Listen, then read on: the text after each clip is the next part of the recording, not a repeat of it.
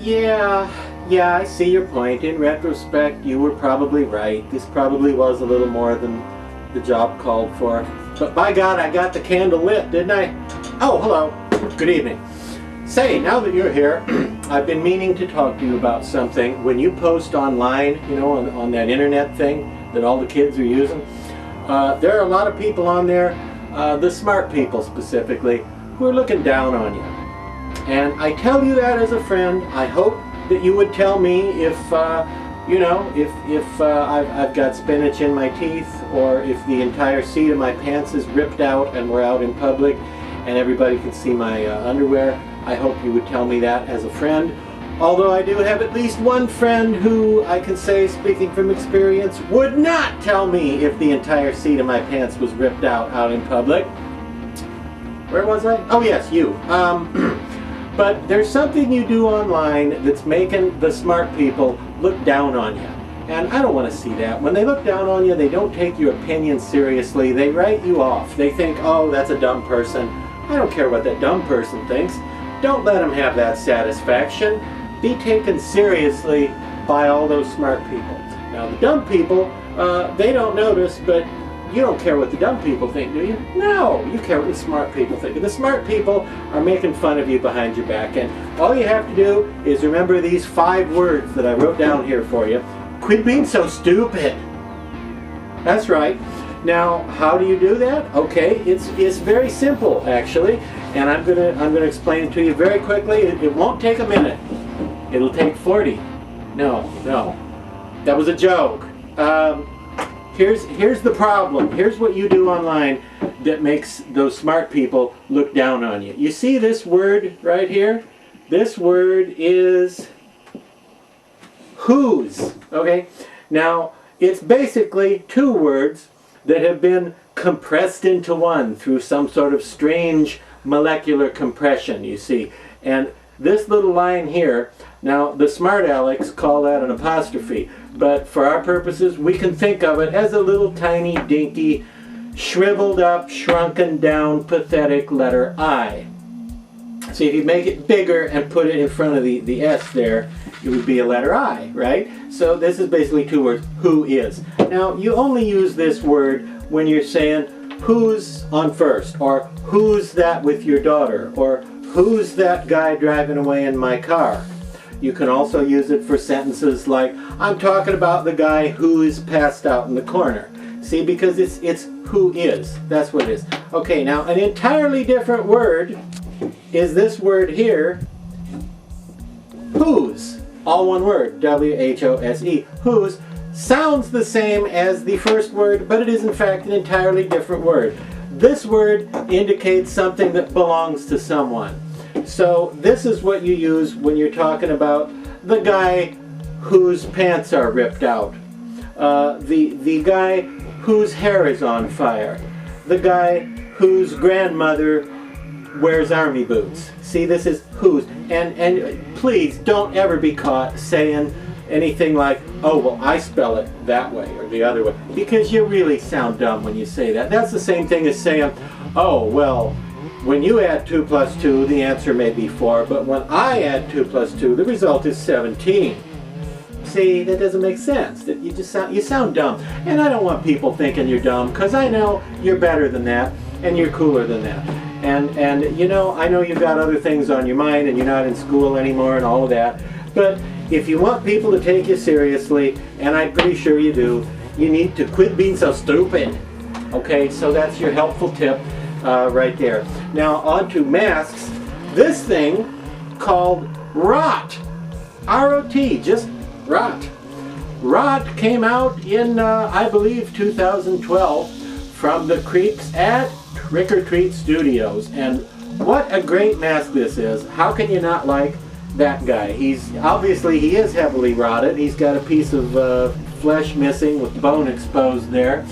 And well, rot doesn't really even cover it as a name, because he has other problems in addition to his rot. Like, for example, this enormous suture here that is goes right over where one eye socket used to be.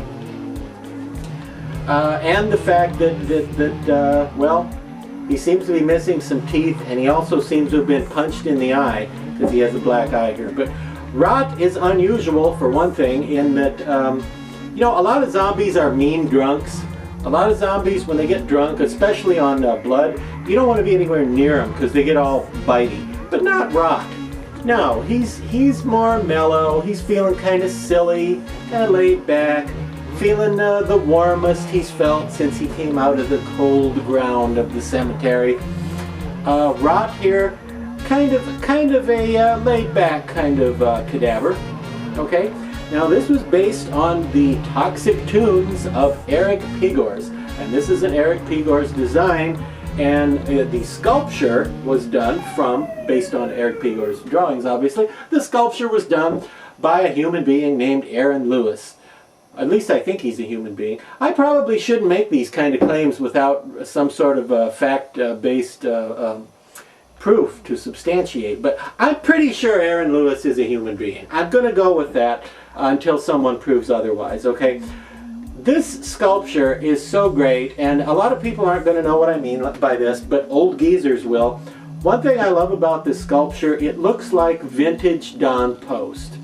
It doesn't look like a copy of anything from Don Post, but it looks like it's in the style of the great Don Post Studios masks. It looks like it kind of harks back to the 1970s when Don Post Studios was still in their heyday, and there were wonderful, talented people like William Malone and Robert Short and Pat Newman. This reminds me of that era, and the style of the sculpture is just like something from that era would have been. It's so well done.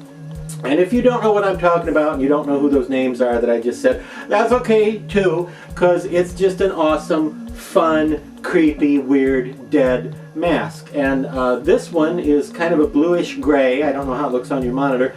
I've seen pictures of them painted more of a greenish color than this, so I don't know. Maybe the color varied a little bit from mask to mask, or maybe they started with the green and then decided to go with the more gray. But in any case, what a great looking thing, and what an awesome sculpture. The sculpture is really perfectly done and perfectly captures that era and captures this personality of this kind of funny dead guy, and perfectly captures the attitude and the spirit of Eric Pigors' great Toxic Tunes.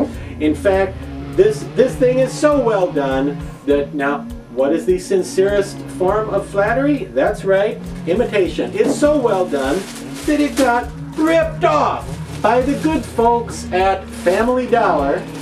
The Family Dollar chain stores came out with their own Rot ripoff, which is called Hanging Zombie. Okay, can you see that? Hanging Zombie.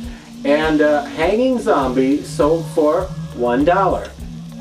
Hence the name of the place being the Family Dollar store. Now, this body, the head and the torso, the head and torso were sculpted new in 2012 for this toy, this Halloween decoration, the Hanging Zombie. But the limbs, the arms and legs, are left over from a previous toy that these people put out for Halloween that was called Hanging Mummy. So the Hanging Mummy had these same arms and legs, which is why they look like they're wrapped in bandages, even on the zombie version you see here. They're wrapped in bandages, but it had a different head and torso. Torso! Those were different. They looked like average skull and bones wrapped in strips, like a mummy would look. Okay? Now, you know, I know things are inspired by other things, and we were all influenced by artwork from other people, and we all, you know, sort of do things that we're inspired by, gotta do air quotes, inspired by something or other, or an homage. That's fine, that's fine. I know everyone loves to rip off other people's ideas. That's fine, that's a, you know, part of the practice of the business world and the art world is ripping off other people's ideas. I understand that, but still, Family Dollar, the thing is, when you do it, you're supposed to kind of put your own mark on it, put your own stamp on it, give it a new identity of some sort. not just copy exactly detail for detail what someone else has done. You're supposed to change it up and make something new out of it, and then it's been inspired by. You're not supposed to just do a total obvious knockoff like this. So you know, I believe there was a lawsuit involved, and the $1 hanging zombies are no longer to be found, which is a shame because, frankly, I was looking forward to an entire line of $1 Trick or Treat Studios ripoff decor that I was going to put on my Christmas tree this year. But after the lawsuit, I guess they won't be ripping off any more Trick or Treat, or not right away anyway.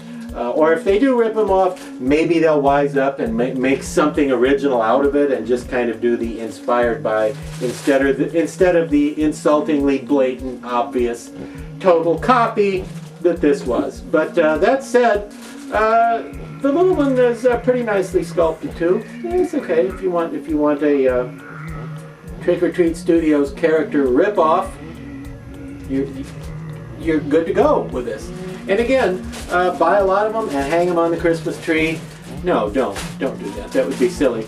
But buy the mask from Trick or Treat Studios because it is way cool, and it's fun, and it's creepy, and it's kooky, and it's spooky, and it's altogether ooky. And not only that, but did I mention it's a good one?